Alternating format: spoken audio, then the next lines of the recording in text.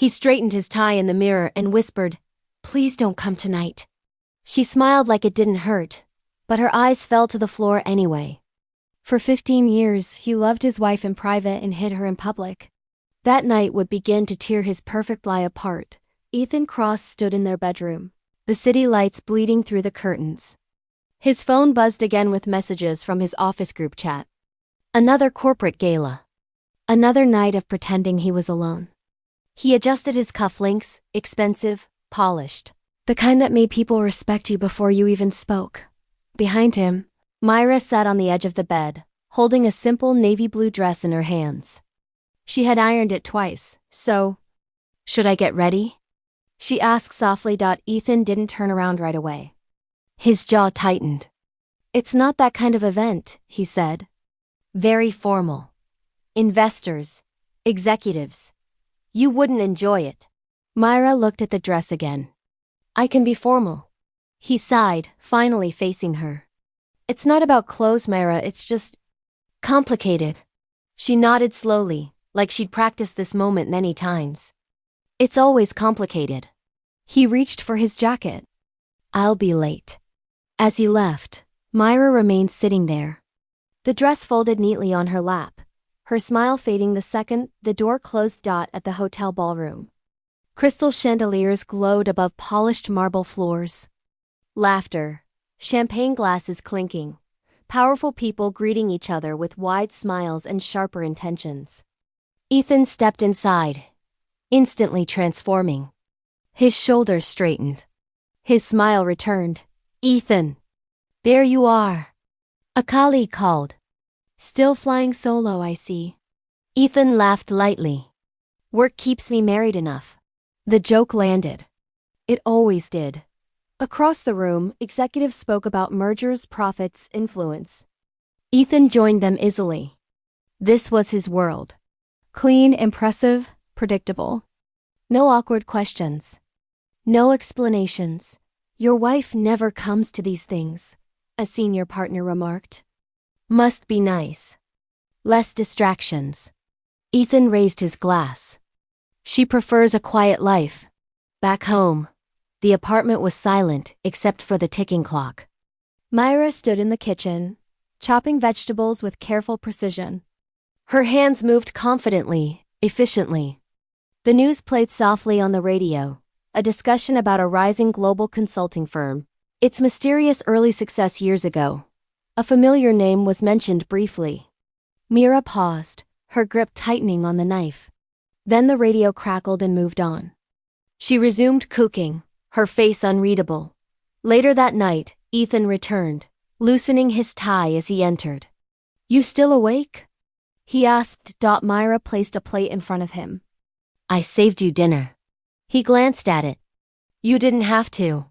I wanted to." They ate in silence. He scrolled through his phone. She watched him. The man she loved.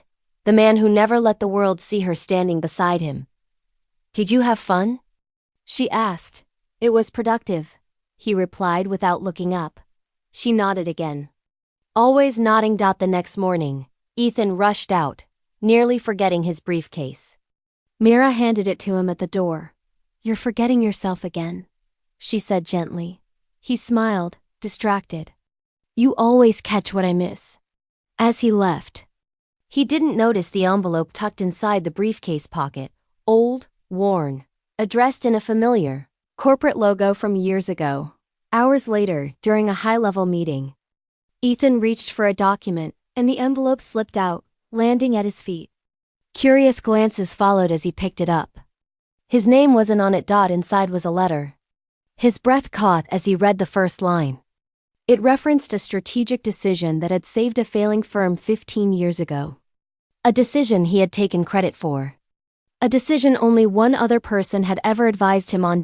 At the bottom of the page was a signature. Myra L. Cross. Ethan's heart began to pound as the room around him faded. The woman he had hidden. The wife he was ashamed to introduce. The name he thought belonged nowhere near his world. He folded the letter slowly, his hands trembling. At home, Myra stood by the window, watching the city move. unaware that the lie she had lived inside for 15 years was beginning to crack. And for the first time, Ethan wondered if he had been hiding from the world, or from the truth about who his wife really was. Ethan sat alone in his office long after everyone had left. The letter lay open on his desk, burning heavier than any secret he'd ever carried.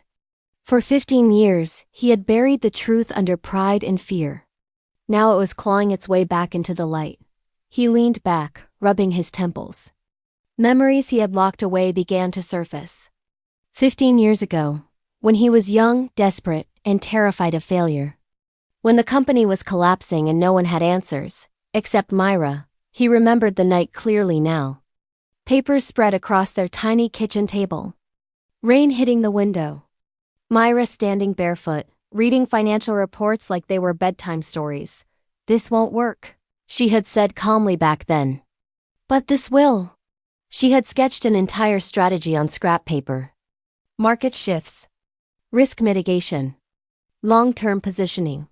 He had stared at her in disbelief. "Why do you even know this stuff?" he had asked. She smiled shyly. "I used to consult. Before life happened." He had taken her ideas to the board the next day. The praise. The promotion. The beginning of everything. And then, slowly, the shame. Because she didn't look like the executive wives. Because she spoke softly. Because she chose simplicity over shine. Because she made him feel small. Ethan slammed the letter shut and stood up. His phone buzzed. A message from the CEO. "Big donor dinner this Friday. Spouse is mandatory." His stomach dropped.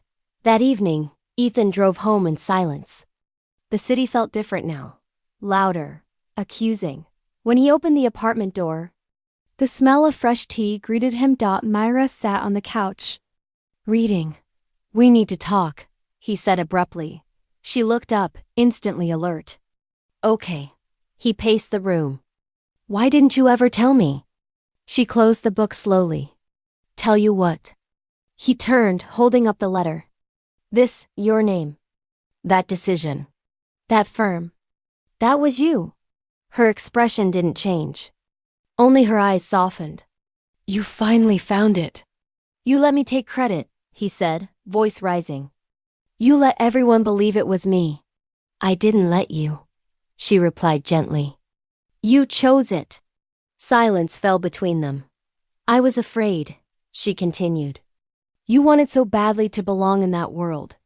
I didn't want to be the reason you felt embarrassed." Ethan laughed bitterly. "Embarrassed?"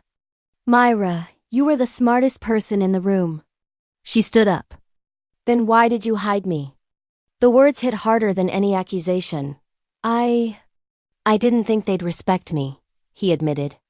"If they knew who you were. Where you came from." She nodded slowly, absorbing the truth. "So you respected them more than you respected me."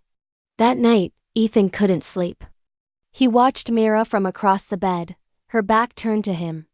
For the first time, he saw the weight she had carried quietly for years. The next day at work, whispers filled the halls. The old firm Myra once saved was making headlines again. A mysterious early consultant was finally being acknowledged publicly. Investors were buzzing. During lunch, a colleague said, "Whoever that consultant was. Absolute genius.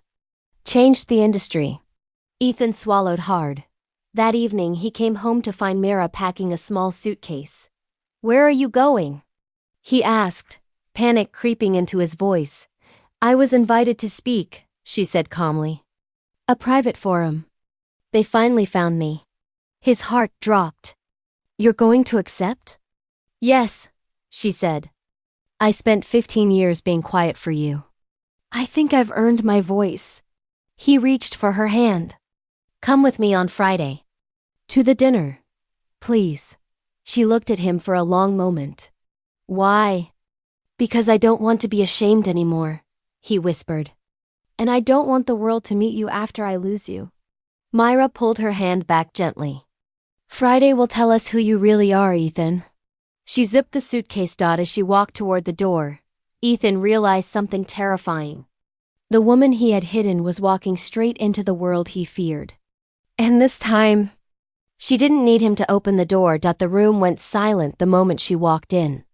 Not because she was invisible, but because her presence demanded attention.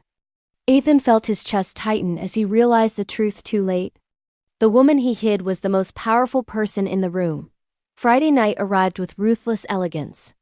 The grand hall shimmered with wealth and ambition. Crystal glasses, designer gowns, practiced smiles. Ethan stood at the entrance, adjusting his suit again and again. His palms damp. Then Mira stepped beside him. She wore a simple ivory dress. No diamonds. No extravagance. Just quiet confidence. Her posture was calm, her eyes steady, like someone who had nothing to prove. Ethan whispered, "Are you sure about this?" She looked at him. "I've been sure for 15 years. They walked in together.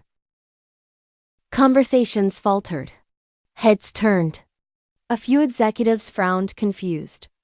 Others stared, curious. Ethan felt every step echo inside his chest. A senior board member approached with a polite smile. "Ethan, you didn't mention you were married." Ethan swallowed. "This is my wife, Mira." The man extended his hand. "Nice to meet you." Myra shook it firmly. "Likewise." Moments later, a sudden stir rippled through the crowd. A host stepped onto the stage, tapping the microphone. "Ladies and gentlemen, before dinner begins, we have a special acknowledgement tonight. A name many of you know, but a face few of you have seen." Ethan's breath caught. 15 years ago, when one of the most influential firms in this room was on the brink of collapse, a consultant stepped in quietly. No title, no spotlight, but her strategy reshaped modern corporate growth. Murmurs spread like wildfire. "That consultant is here tonight." The host turned his gaze toward Mira O'Cross. The room exploded into stunned whispers. Ethan felt his legs weaken. Myra stepped forward slowly, calmly. Every eye followed her.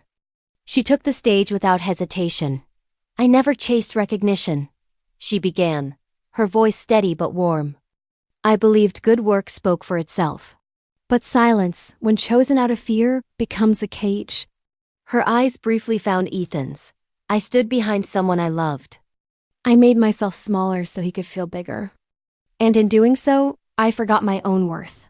The room was silent. "I'm here tonight not to reclaim the past," she continued, "but to remind anyone listening love should never require you to disappear." Applause rose.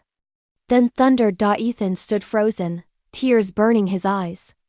Every laugh he had forced, every excuse, every time he chose approval over truth came crashing down. After the event, he found her alone on the balcony, the city glowing beneath her. "I was wrong," he said, voice breaking. "I thought success meant being admired. I didn't realize it meant standing beside the person who made me better." Myra looked at him, not angry, not soft, just honest. "I never needed your protection. I needed your respect." He nodded, tears falling freely. "If you walk away tonight, I'll understand. But if there's any chance, let me walk with you, not ahead of you." She was quiet for a long moment. Then she said, "I won't be hidden again." "I know," he replied. "And I'll never ask you to be." She took his hand. "This time you didn't pull it away." From that night on, Ethan introduced Myra everywhere, not as his quiet wife, but as his equal. And Mira finally stood in the light she never lost. Only postponed. Because the real moral wasn't about shame or success. It was this: if someone must shrink for you to shine, then you were never truly bright at all. Years later, people still talked about that night. Not as gossip, but as a quiet lesson. Because some stories don't end with applause. They continue in the way people choose to live afterward. Ethan no longer rushed ahead when he walked. He slowed his steps, matching Myra's pace. At meetings, when introductions were made, he spoke her name first, not as proof of status, but as truth. "This is Mira," he would say. "My partner." And every time she met the room without fear. Mira returned to consulting, this time openly. Companies sought her not because she demanded attention, but because her clarity changed outcomes. She never bragged. She never reminded Ethan of the years she stayed silent.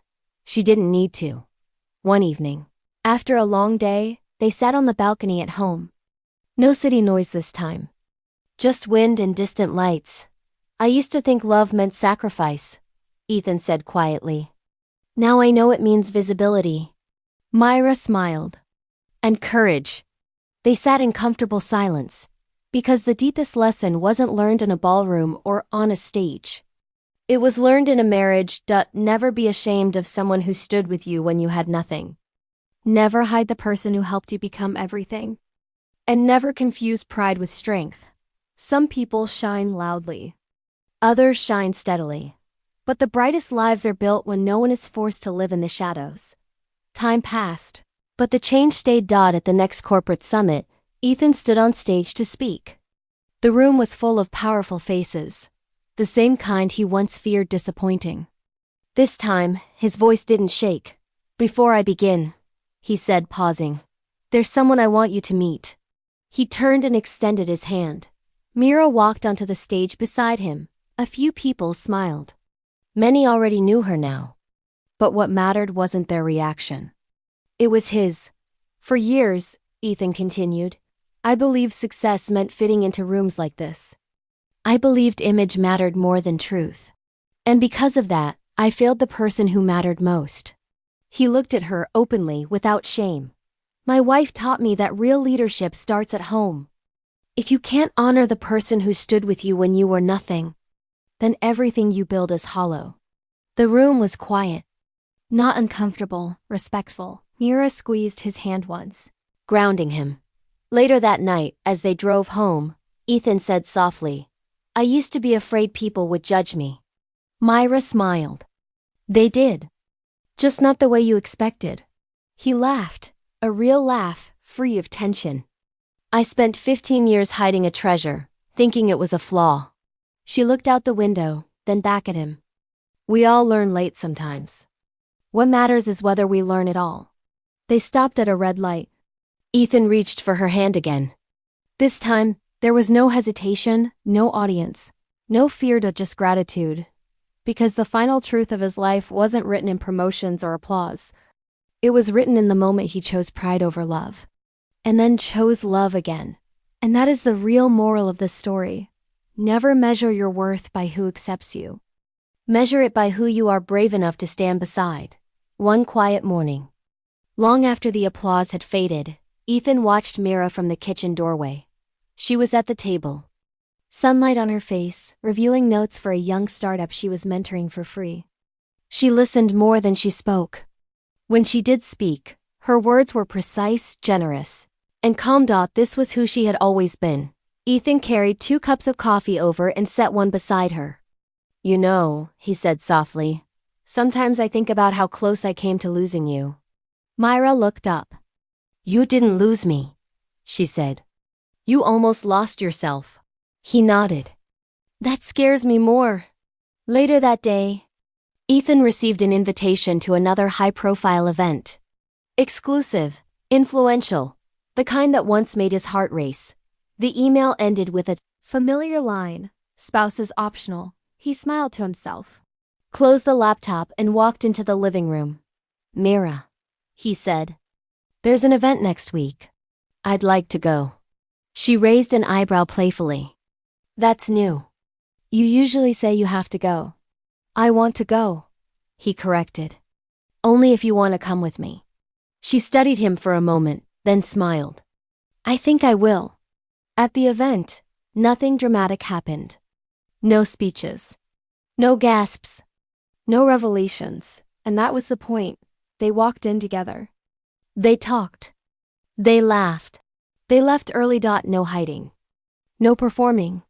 Just 2 people standing side by side. On the drive home, Mira rested her head against the window. You know what I learned? She said. What? Being unseen didn't make me small, she replied. But being hidden nearly did. Ethan swallowed. I won't make that mistake again. She reached for his hand. I know. And that was the true ending. not the applause. Not the recognition. Not the redemption. But a man who finally understood that love is not about protecting your image. It's about protecting the dignity of the person who chose to walk with you. Because the greatest failure is not being judged by the world. It is being ashamed of the one who believed in you before the world ever did.